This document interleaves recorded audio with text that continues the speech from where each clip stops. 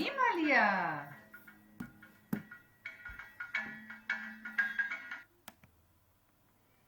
Animaliak izaki bizidunak dira.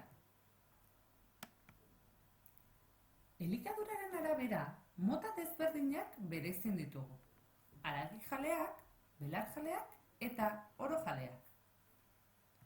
Animali haragijaleak beste animalia batzuk jaten dituzte. Adibidez, lehoiak, kokodriloak, sugeak, tigreak eta bar. Belarjaleek landareak jaten dituzte. Hala nola zebrak, elefanteak, behiak, jirafak eta bar. Orojaleek bai landareak zein animaliak jaten dituzte.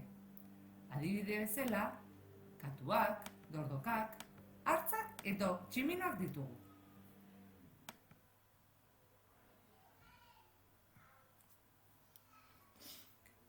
Eta nola mugitzen dira animaliak? Hainbat modutara mugi daitezke. Zerutik, uretatik edota lurretik. Airean, egoiei esker hegan egiten dute. Adibidez, tximeletak, txoriak edo tauxoak.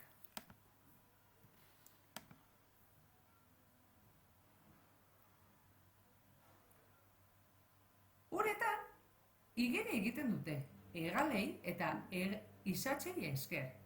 Adibidez, arrainak, izurdeak, marrazoak. Lurrean, animalia batzuk hankei esker oinez edo jauzika mugitzen dira.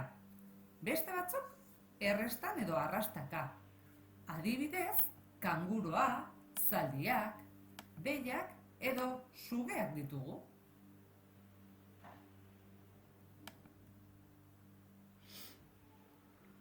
Nola jaiotzen dira animaliak? Ugalketaren arabera, bi motatan sailkatzen ditugu, bibiparoak eta obiparoak. Bibiparoek amaren sabeletik jaiotzen dira. Ernaldi edo sabelaldi baten ondoren, umeak jaiotzen dira, eta amaren titia hartzen dute. Obiparoak arrautzetatik jaiotzen dira.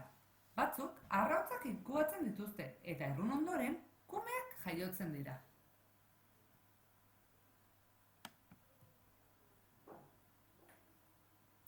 Nola bizi dira animaliak? Animaliek bere bizimoduraren arabera bi motatan banatzen ditugu, animali basatiak eta etxabereak. Animali basatiak libre bizi diren animali horiek dira. Adibidez, lehoia, tigrea, elefantea. Aldiz, etxeko abereak pertsonekin edo gizakiarekin bizi diren animali horiek dira. Adibidez, katuak, untxiak, behiak, txerriak eta bar.